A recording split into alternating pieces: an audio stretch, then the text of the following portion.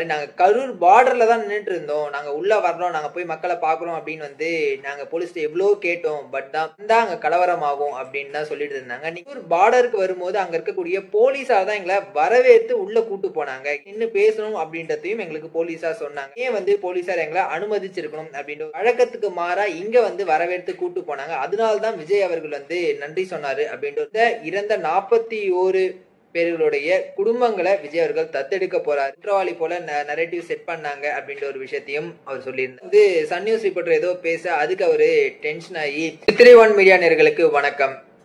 கரூர் சம்பவத்தை சிபிஐ விசாரிக்கணும் அப்படின்ட்டு உச்சநீதிமன்றம் ஒரு பரபரப்பு தீர்ப்பை வழங்கியிருக்காங்க. இந்த தீர்ப்புக்கு அப்புறம் அந்த ஆதவ் அர்ஜுனா பிரஸ் சந்திச்சிருக்காரு. அது மட்டும் இல்லாம பல திடுக்கிடும் தகவல்களையும் தெரிவிச்சிருக்காரு. அது என்ன அப்படின்ட்டு தான் இப்ப நம்ம பார்க்க போறோங்க. அவர் முதல்ல சொன்ன ஒரு விஷயம், நாங்களும் மனிதர்கள் தானே, எங்களை வந்து எப்படி ரியாக்ட் பண்றது அப்படின்ட்டு தெரியல.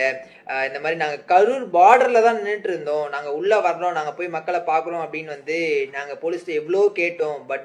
பட் போலீஸ் வந்து எங்களுக்கு பெர்மிஷன் கொடுக்கவே இல்லை.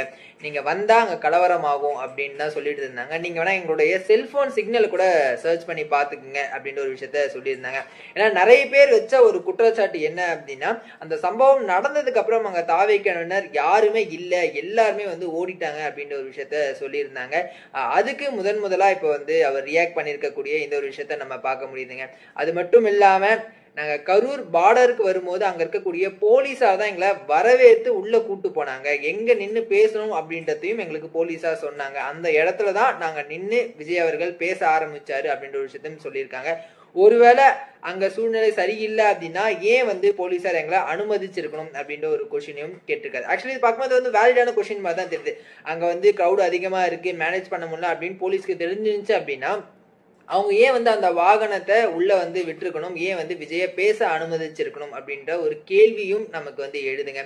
அது மட்டும் இல்லாம நாங்க நிறைய மாவட்டங்கள்ல வந்து பிரச்சாரம் பண்ணோம். அங்க எங்கேயுமே வந்து எங்களை போலீசார் வரவேற்கவே இல்லை. பட் வழக்கத்துக்கு மாறா இங்க வந்து வரவேற்று கூட்டு போனாங்க. அதனால்தான் விஜய் அவர்கள் வந்து நன்றி சொன்னாரு அப்படின்ற ஒரு விஷயத்தையும் தெளிவுபடுத்தியிருக்காருங்க.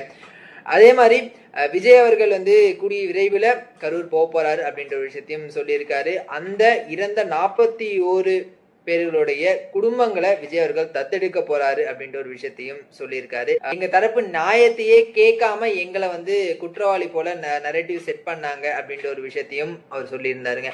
இவங்க பேசும்போது குறுக்கில் வந்து சன் நியூஸ் ரிப்போர்ட்டர் ஏதோ பேச அதுக்கு அவரு டென்ஷன் ஆகி நான் இங்க பேசணும்னா அவர் வந்து பேசக்கூடாது அப்படின்ற மாதிரியான விஷயங்களை பதிவு செஞ்சிருந்தாரு. அதெல்லாம் வந்து ஒரு சலசலப்பை ஏற்படுத்திச்சு. இந்த ஒரு விஷயம் குறித்து நீங்க என்ன நினைக்கிறீங்க அப்படின்றத கீழே கமெண்ட் பண்ணுங்க. இந்த ஒரு வீடியோ உங்களுக்கு பிடிச்சிருந்துச்சு அப்படின்னா நம்ம சித்திரை ஒன் மீடியா சேனலை சப்ஸ்கிரைப் பண்ணுங்க.